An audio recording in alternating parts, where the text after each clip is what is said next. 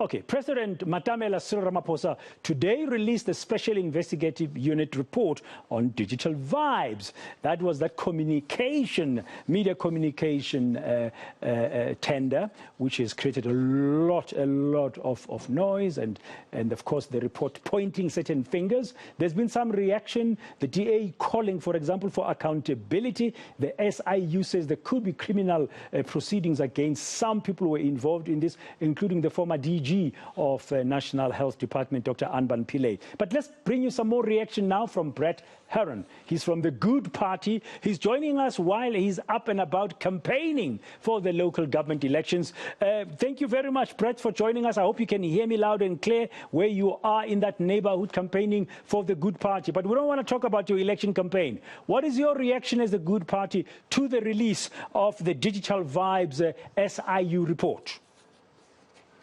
I think the starting point is to welcome the release of the report. The release is part of the release of the report is an essential part of transparency, and transparency and shining light on corruption is the best way for us to start stopping and stomping out corruption. So the best thing we can do is to shine light on those who are involved in corrupt transactions. And so the release of the report is welcome. I mean, obviously the report implicates a lot of the players who are involved in this corrupt scheme, including the former minister, the former acting DG, and the ostensible owners of Digital Vibes. The report recommends the criminal prosecution of some of those people, but seems to avoid making any reference to criminal prosecution of the former minister. But we expect that the National Prosecuting Authority will deal with that part. So you welcome the report, the transparency, but some people might say that the president took too long to have this report released. There have been calls before by other stakeholders for the report to be released earlier. Are you also comfortable that it's coming out now? Well, I mean, I think a lot of the information was already in the public domain, released through investigative journalism. So I think South Africans were impatient.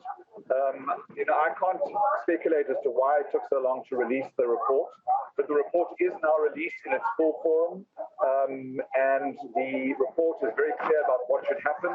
There are references to referrals to criminal prosecution. It refers to the seizing or the freezing of bank accounts. So I think that it's a step in the right direction, that South Africans are now fully informed. What we need next is for the National Prosecuting Authority to act swiftly and to prosecute, so that South Africans can have confidence that we don't just get reports, but we also get action and criminal prosecutions that arise out of these reports.